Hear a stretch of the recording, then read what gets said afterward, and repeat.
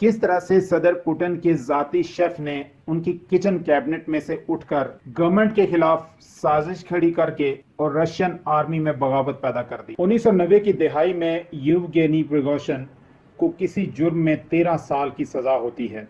9 سال کی جیل کاٹنے کے بعد یہ شخص رہا ہوتا ہے۔ اپنی ایکسپرٹیز کو استعمال میں لاتے ہوئے اس شخص نے جیل سے رہائی کے بعد ایک ریسٹورنٹ شروع کیا۔ یہ ریسٹورنٹ اتنا کامیاب ہوا کہ اس شخص نے اس کی آگے چین بنانا شروع کر دی۔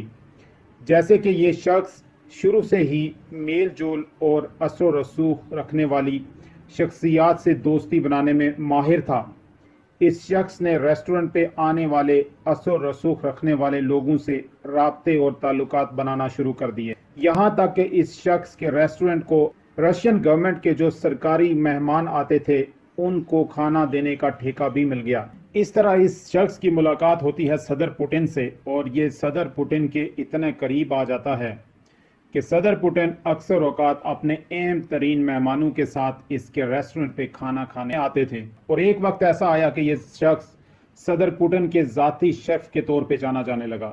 وقت گزرنے کے ساتھ ساتھ 2014 میں یوکرین پر رشیا کے حملے کے بعد یوگینی پریگوژن بزنس ٹائکون کے روپ میں سامنے آیا، اور اسی دوران اس نے اپنی ایک پرائیویٹ ملٹری کمپنی بنائی۔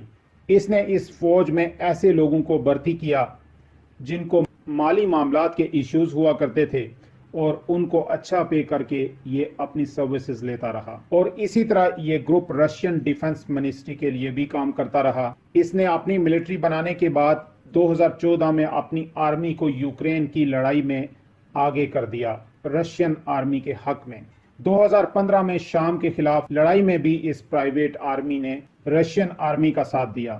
2019 میں اس پرائیویٹ ملٹری کمپنی نے لیبیا میں لڑائی لڑی، اور وہاں سے کامیابی حاصل کرنے کے بعد یہ شخص پوٹن کے اور بھی قریب ہو گیا۔ 2022 میں مالی میں جو لڑائی تھی اس میں بھی حصہ لیا۔ اتنی لڑائیوں میں حصہ لیتے لیتے اور رشین ملٹری کے ساتھ کام کرتے کرتے پرائیویٹ آرمی کی اس کمپنی نے اپنے پاؤں رشیا میں مضبوط کر لیے۔ ماضی میں اس پرائیویٹ آرمی پہ دنیا کی طرف سے الزامات لگتے رہے کہ یہ لوگ جنگوں میں حصہ لیتے ہیں، لیکن یہ پرائیویٹ آرمی سامنے نہیں آئی۔ اب یوکرین اور رشیا کی وار، جو کہ پچھلے 1 سال سے طول پکڑ چکی ہے، اس کے شروع ہونے سے پہلے صدر پوٹن نے اس وار کو جیتنے کے لیے 2 میتھڈز کا استعمال کیا۔ پہلے میتھڈ کے مطابق صدر پوٹن نے رشین آرمی کو یوکرین کے خلاف جنگ کے لیے میدان میں اتار دیا، اور دوسرے میتھڈ کے مطابق صدر پوٹن نے لوگوں کے چھوٹے چھوٹے گروپس بنائے، ان کو فائنینس کر کے یوکرین کے خلاف میدان جنگ میں اتار دیا۔ انہی گروپ میں سے ایک گروپ تھا یوگینی پریگوژن کی پرائیویٹ آرمی کا، جو کہ ان تمام گروپس میں سے ہر لحاظ سے طاقتور تھا۔ جیسے کہ اس پرائیویٹ آرمی کے پاس رشین گورنمنٹ کی بیکنگ کی وجہ سے جنگی ٹینکس، ہیلی کاپٹرز، میزائل اور اس کے علاوہ بے شمار ریسورسز بھی تھے۔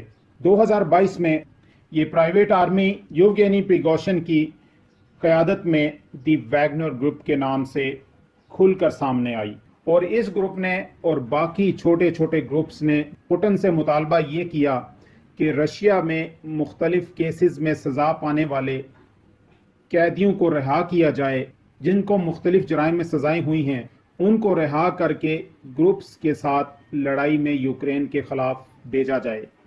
یہ مطالبہ صدر پوٹن نے مان لیا، اور کچھ لوگوں کو رہا کر کے ان گروپس کے ساتھ یوکرین کے خلاف میدان جنگ میں اتار دیا گیا۔ اب تک یہ لوگ یوکرین کے خلاف ڈٹ کر مقابلہ کر رہے تھے۔ یہاں پہ کچھ لوگوں کا یہ بھی خیال ہے کہ یہ پوٹن کے خلاف ایک ٹریپ تھا، جس کے مطابق اسپیشلی ویگنر گروپ نے اپنے اہم بندے جیل سے رہا کروا لیے، اور اسلحہ اور مالی مدد بھی پوٹن سے لے لی، اور اب پوٹن کے خلاف ہی کھڑے ہو گئے۔ چند ماہ پہلے پوٹن کے ڈیفنس منسٹر سرگی نے ان سارے چھوٹے چھوٹے گروپس کو ایک نوٹیفیکیشن جاری کیا، جس میں یہ کہا گیا کہ یہ سارے گروپس رشین ڈیفنس منسٹری کے ساتھ ایک نیا ٹریٹی کانٹریکٹ سائن کریں۔ اس نوٹیفیکیشن میں پالیسیز کو اپڈیٹ کیا گیا تھا پوٹن گورنمنٹ کی جانب سے۔ اس نوٹیفیکیشن کو لے کر ویگنر گروپ نے تنازع کھڑا کر دیا۔ اب ہوا کچھ ایسے کہ پچھلے چند ماہ سے